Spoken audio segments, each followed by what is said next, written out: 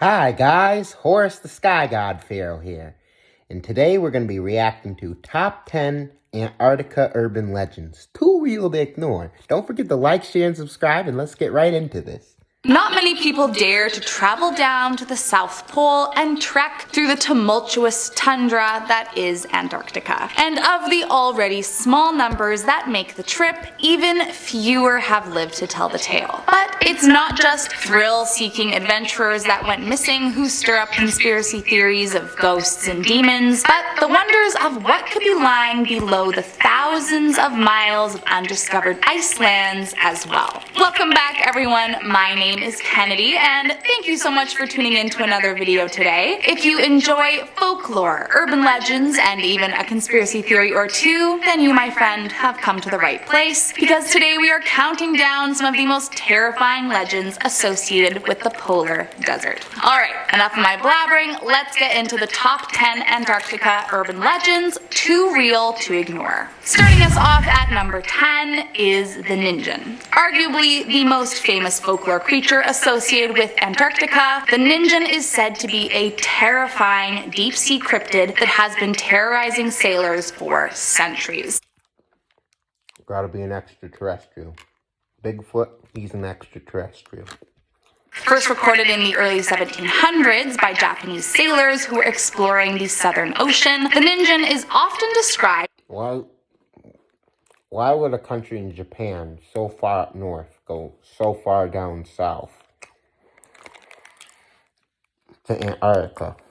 As an enormous white creature with an elongated head and body that resembles that of a whale. But the creepiest part is that many tales describe it as having 2 human legs. I mean, just look at that thing. Creepy. Now, the Ningen has recently had a sort of resurgence after an alleged government employee spotted the creature on a research vessel. Originally posted to 2chan, many others came forward with photos or video they claim to be the exact same creature. But officially, no confirmation of its existence has ever been set in stone. Some think it could be an alien, others are firm that it's a sea monster, but either way, it is one of the most feared cryptids in all of the Antarctic. Moving on to number 9, Antarctic Godzilla. Deep in the freezing temperatures of the Antarctic Sea, it's said there lies a creature so frightening that even one look into their eyes could be your last. Allegedly first spotted by a Japanese research trip in 1958, the Antarctic Godzilla is described as a monster. Antarctica.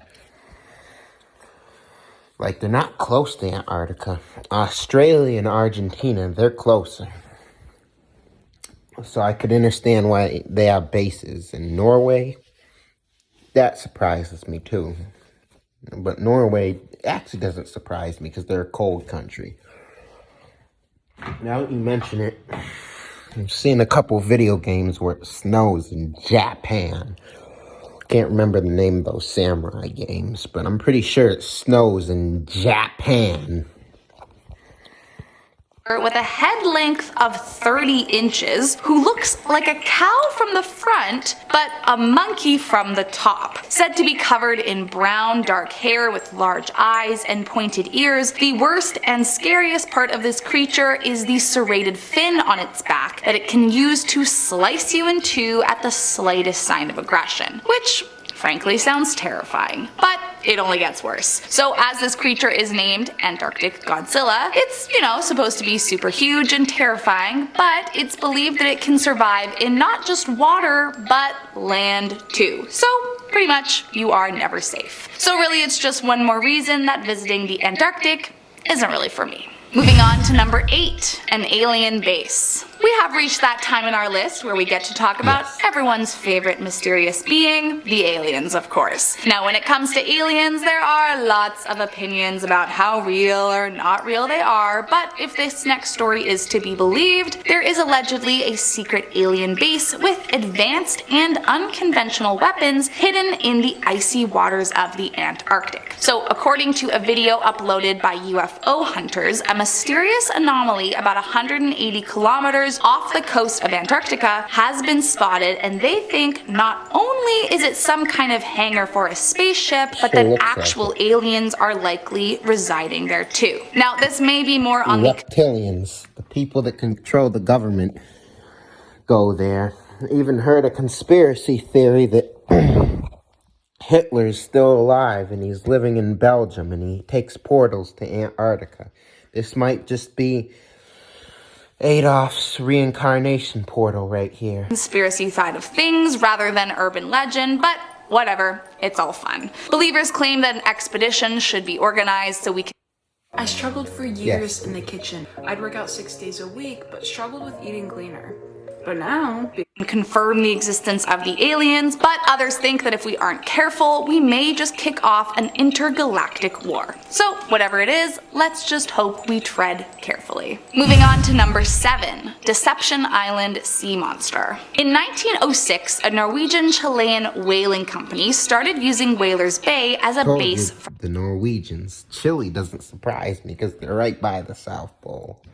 But enough of making my stupid geography remarks, because I know where my geography is. Nothing stupid about it. But not trying to offend anyone from different countries in the comments, because you know how soft people are. All you have to do is spit real facts, and people will start getting mad nowadays. their factory. Or your own opinion in that matter. Ship. Other operations followed closely behind them, and then the next thing you know, it was a boomtown. But then, by just 1931, after a sweeping A boomtown in Antarctica. decline in the market for whale oil due to the Great Depression, the island was abandoned. Since then, it has quite literally been a ghost town, with visitors reporting seeing strange orbs of light coming from the abandoned huts, seeing apparitions of people walking around, and even hearing disembodied voices. But it's not just ghosts and ghouls that are said to creep around the island, but a mysterious, inexplicable monster as well. This satellite image found on Google Earth has spawned numerous theories about what could be hiding in the area, but so far no one has ever come across it to be able to find out more. Next up at number 6, the Drake Passage. Yup, it's me, boys and girls. You used to call me on your cell phone late night when you need my love. Call me on your cell phone. I know when the hotline blings, it can only mean one thing. Ever since I left the city, you and me, we just don't get along. You make me feel like I did you wrong. I had to. The Drake Passage, get it? So, obviously, the Drake Passage itself is not an urban legend, there's no question about that, but there are many It's me, Drake the rapper from Canada. How could I be a fake? I'm the realest in the rap game, baby. Even though the other rappers call me mid and I got bodied by Pusha T. It's Drake. urban legends that go along with it. As many people likely already know, the Drake Passage is considered to be one of the most powerful convergence of seas. Located where the Atlantic and the Pacific Ocean converge with the southern seas, it is notorious for its treacherous waters and even more notorious for the alleged souls who lost their lives while trying to cross it. It's said over the years that more than 1,000 I'm sorry, I can't stop laughing. The Drake Passage. Why would you name it after a famous Canadian-American rapper with so many people who lost their lives? It's me, Drake. I killed XXX Tentacion. Yep, that's me, Drake. people have died I attempting hired to the hitman and now they're on trial and I paid so much money so I didn't have to go to that trial. Oh, it's me, Drake. pass through its terrifying and turbulent waves, and many believe that all who have lost their lives to the passage remain haunting the waters to warn those that attempt the feat to turn back. However, the most terrifying legends say they are not there to warn you. They are trying to bring you into their realm with them. So, cross the Drake Passage if you dare. Moving on to number 5. Cross me if you dare, children. You will never take me. 5 fallen angels. According to the book of Enoch, which is an ancient Hebrew apocalyptic You mean the Book of Enoch? Religious text. Thousands of years ago, 200 fallen angels came down to earth and found solace on Mount Hermon. Upon their arrival, the fallen angels began to intertwine themselves with the inhabitants of the area, stealing away their daughters for themselves, and soon a war broke out with a hybrid race of giants called the Nephilim. I remember this. The Nephilim, oh God. What are they doing? They made the Nephilim half black, just like me. What? It must have been human beings, and the angels must have been the black ultimately ones. punished the angels for eternity. After losing the war, it's said the fallen angels were sent to be imprisoned in a mountain in Antarctica, where they will remain frozen for eternity. But Yo, I've wanted to read the Book of Enoch for the longest time, man. That's so cool. of course, there could be a way out of eternity, and some believe if we aren't careful, one wrong move could unleash them from their icy prison and send the world into a celestial war. Coming in at number 4. That's why I don't want you at Antarctica. Because if anyone goes breaking up them glaciers, just the smallest hole, even the hole a small coyote or one of those Asian killer hornets could fit through, the angel spirit will seep through that ice and unleash destruction upon this planet. Who wants to go to a joint trip to Antarctica with me? Or a fascist base. In the late 90s, Told you Hitler was still alive. He didn't escape to Argentina. He escaped to Antarctica. And he actually is dead. He did shoot himself, but he reincarnated as a blonde German man that was born and lives in Belgium.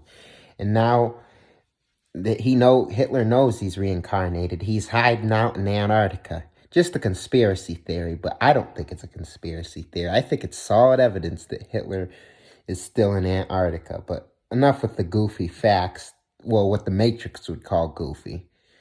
Let's go to the fascist base of Antarctica, may we?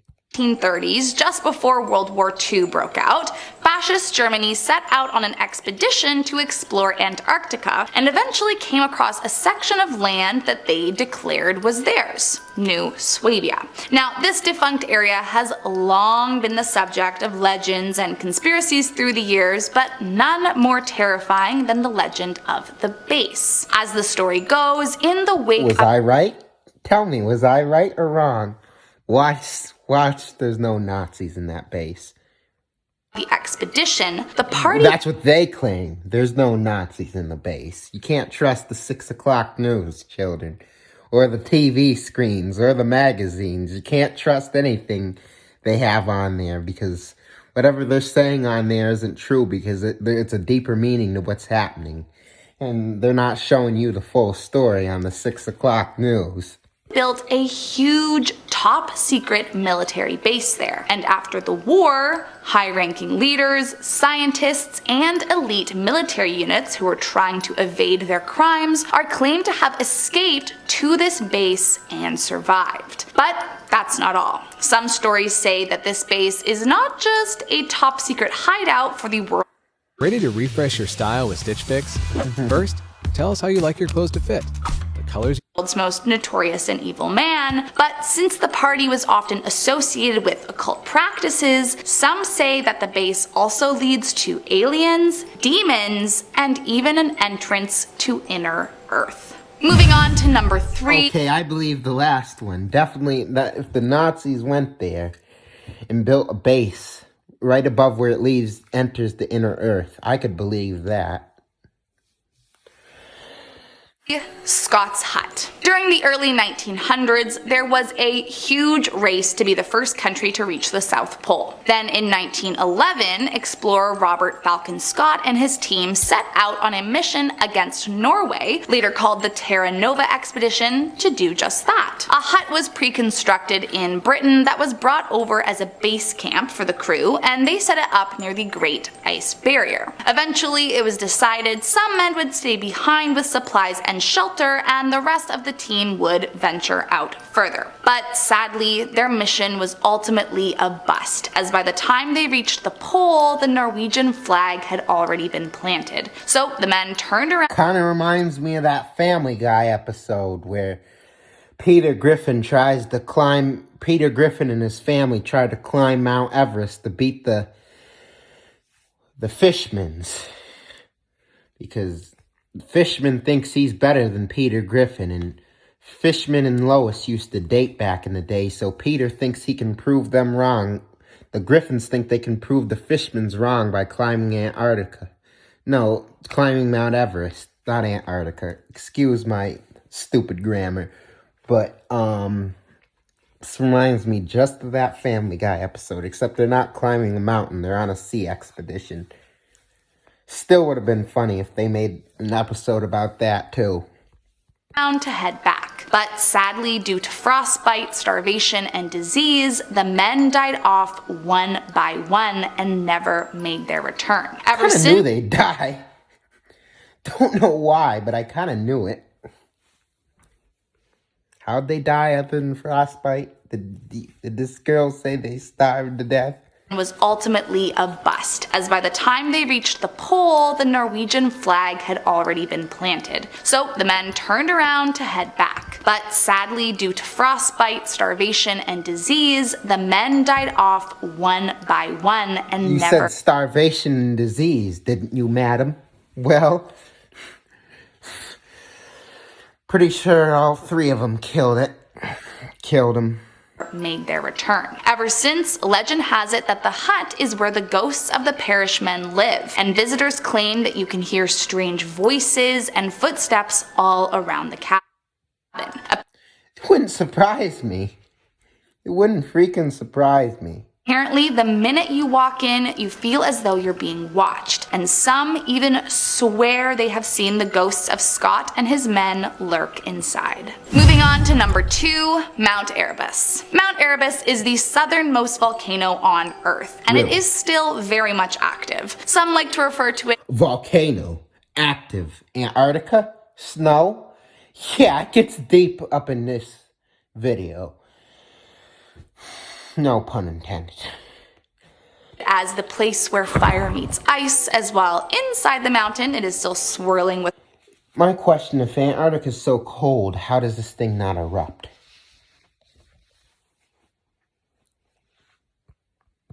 Hot molten magma. The outside remains frozen solid and surrounded by ice caves. You don't say. I gotta replay that. That's beautiful. I'm not even surprised, because, you know, beyond the edges of Antarctica is more land.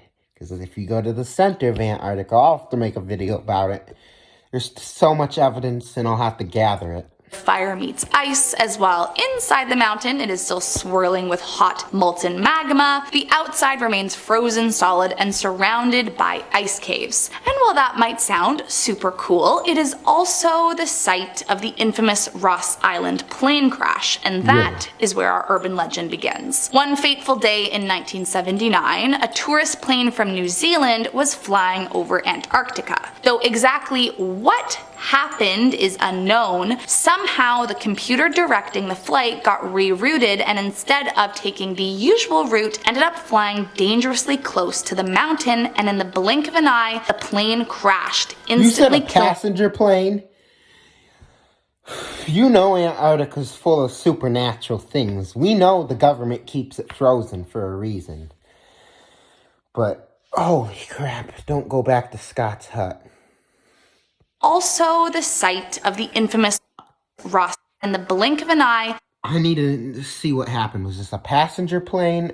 I'm talking too much. I just need to shut up and listen. Is where our urban legend begins. One fateful day in 1979, a tourist plane from New Zealand was flying over... A tourist plane? So you mean they were touring the world? So I can't take a passenger plane through Antarctica? That's bullcrap. You won't fly over Antarctica because of the dangerous weather they put there. They purposely put there. Don't even get me started on how the government controls the weather, but a guest plane or what was it? A tourist plane. Yeah, a tourist plane. Antarctica. Though exactly what happened is unknown, somehow the computer directing the flight got rerouted, and instead of taking the usual route, ended up flying dangerously close to the mountain, and in the blink of an eye, the plane crashed, instantly killing all 257 passengers and crew members on board. Said to be overwhelmed with ghosts seeking revenge for having their lives taken too soon, many of the spirits are said to roam the island, wandering around the frigid landscape, waiting for unsuspecting visitors to walk past. And one of these days, I'm going to visit Antarctica and we're going to do a vlog. Trust me, when we get enough subscribers and I get relevant enough on YouTube, I'm visiting Antarctica. Trust me, we're going to do vlogs all around the world, baby. some say that if you walk past the mountain, you can still hear the screams of the victims who lost their lives to the crash. Well, I most certainly am going to visit that mountain and disprove that theory. Disprove, meaning disprove the naysayers. They say, oh, ghosts aren't real, God isn't real, Jesus is real. Jesus isn't real. Jesus is not real, but God is real because the universe is a living organism and we are all living organisms within it. So what can this so-called God do when we are living inside of him? We are literally organs and blood cells to him. We are literally blood cells living inside blood cells to this so-called God. Or I will call him the creator. I call bullcrap. Because I feel like if I really can hear the screams, there's only one way to find out. Go there and check it out for yourself. And I have an open mind, so I guess we're taking a field trip to Antarctica. Next video. It won't be next video. It'll be in a few years. Might even be a decade, because I'm going to need a lot of money and I'm going to need a special group to get me there. Don't mean special for my disability. I mean special for, I need to find another tourist plane. And last up in our #1 spot today, the ghost ship of Jenny. As the legend goes, who the freak is Jenny and why does she want to go to Antarctica? Some white girl named Jenny just goes to Antarctica like, oh no, I've lost my pumpkin spice latte, now I'm gonna starve to death. Ugh. You know how white girls be like. While crossing over the Drake Passage in 1820, you used to call me on your cell phone late night when you need my love. I know when the hotline bling, it can only mean one thing. Ever since I left the city, you and me, we just don't get along. You made me feel like I did you wrong, going places where you don't belong. 23, the British vessel Jenny got stuck in the ice and was never seen again. For you, legend goes, while crossing over the Drake Passage in 1823, the British vessel Jenny got stuck in the ice and was never seen again. For years, no one knew where it really was, what had happened to the boat, or if the crew had survived the treacherous crash. However, about 20 years... They wouldn't survive something like that. A passage named after me? Drake the rapper? I don't think so, pal. Later, it said a whaling ship discovered them and, believing it to be the legendary Jenny, decided to go on board and check out what might still be on it. Legend says the crew made their way onto the ship, but were horrified to find all the bodies frozen solid and perfectly preserved by the ice. However, the most disturbing part was the note they found in the hand of a corpse they believed to be the captain. The note read, May 4th, 1823. No food for 71 days. I am the... Oh, 71 days? How can you survive without no food for 71 days? I would just... If I were on that ship and I had a gun, I'd be choosing what caliber I'd choose to put in my frontal lobe. If 70 days without food, give me 10 days and I'll be choosing which caliber to load into my frontal lobe. Because I'm not going more than 10 days without something to eat. Usually within a week you start to starve to death and die of natural causes. But what made you live 70 days without food? I could go a week without food. Oh, I definitely could. But the most I could, when my full hangriness would start kicking in at 10 days. Did I say I'd blow my frontal lobe out in a week? I meant a month without food or water. You might as well put yourself out of your misery if you haven't had food in a month, because you're gonna die anyway. So what's the point? But I'm not encouraging that type of stuff on this channel. I'm just saying, hey, if it's been a month and we're in the middle of the sea, it's over with. Unless one of us is desperate enough to go into the frozen water and catch a fish. And yet again, not a lot of fishing isn't my cup of tea. So it probably wasn't those guys' cup of tea either. So they didn't bring a fishing rod with them. They could have, how would they cook the fish? It's frozen down there. But anyway. Only one left alive. It said the crew were so frightened of the sight that they left all the bodies alone and took only the logbook when they left. However, no one has ever seen the logbook or Jenny again, nor has anyone ever seen the men who allegedly discovered Jenny all those years ago. Well, that's all I got for you today, friends. Really? I hope you liked this one. Make sure to hit that subscribe button on your way out today and let me know. Yeah, that's right. It's Horus the Sky God. Don't forget to like, share, and subscribe. I'll see you in the next video.